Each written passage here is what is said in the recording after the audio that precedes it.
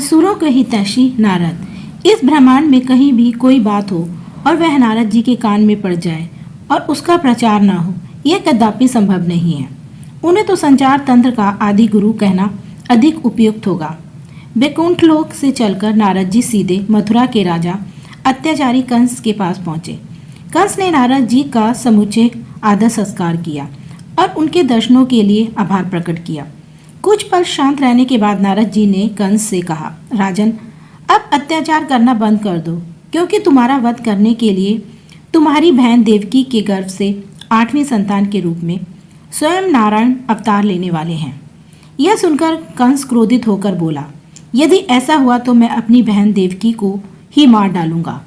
नारद जी ने उसे समझाते हुए कहा, राजन, मूर्खता मत करो। अभी से बहन की हत्या पाप अपने सर पर क्यों लेते हो?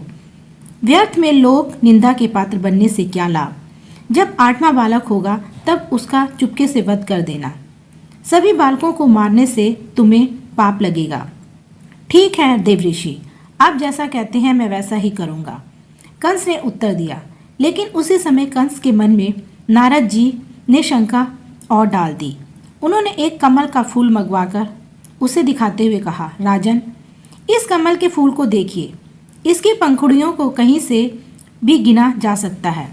फिर यह कैसे पता चलेगा कि देवकी का कौन सा पुत्र 8वां होगा? यह सोचकर कंस सोच में पड़ गया।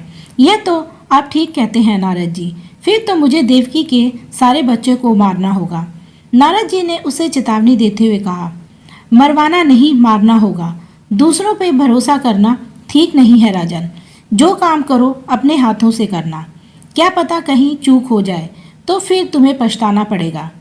एक बार यदि देवकी की 8वीं संतान का जन्म हो गया तो फिर तुम्हें कोई भी नहीं बचा सकेगा। कंस बोला, आप ठीक कहते हैं देवऋषि, आप मेरे हितैषी हैं। मेरे ही क्या समस्त असुरों के आप हितैषी हैं, तभी तो हम सभी आपको इतना मान करते हैं। नारायण नारायण, ठीक कहते हो राजन। नारद तो सबका भला चाहते हैं। लोक कल्याण ही मेरा लक्ष्य है और समय रहते सबको सचेत रहना मेरा धर्म है। कहते हुए नारद जी वहां से विदा हो गए। नारद जी के उकसाने पर कंस ने देवकी की 6ठे बालक की निर्मम हत्या कर डाली। उसके पापों का घड़ा भरता चला गया।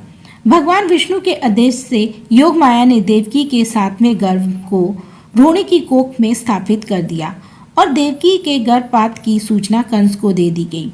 रोहिणी के गर्भ से बालक बलराम का जन्म हुआ। देवकी के 8वें गर्भ में स्वयं नारायण अवतारित हुए। तब योग माया ने गोकुल गांव की गोपी यशोदा की नवजात पुत्री से देवकी के पुत्र को बदल दिया। वासुदेव ने यह कार्य स्वयं किया।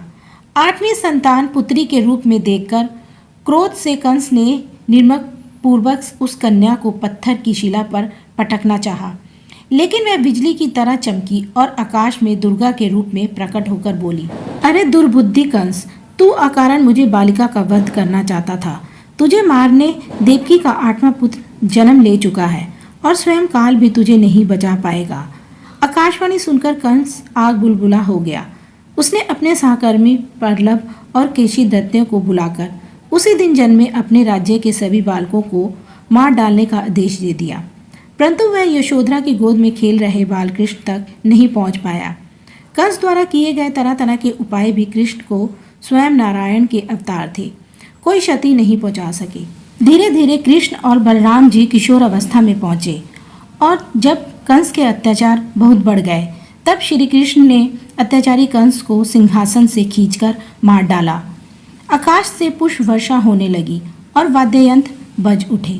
नारद जी ने भी वीणा पर स्वरों को छेड़ते हुए अपने आराध्य देव श्री नारायण का श्रुतिगान किया। कहानी कैसी लगी हमें कमेंट में लिखकर बताइए। वीडियो को लाइक और चैनल को सब्सक्राइब करें। थैंक यू, धन्यवाद।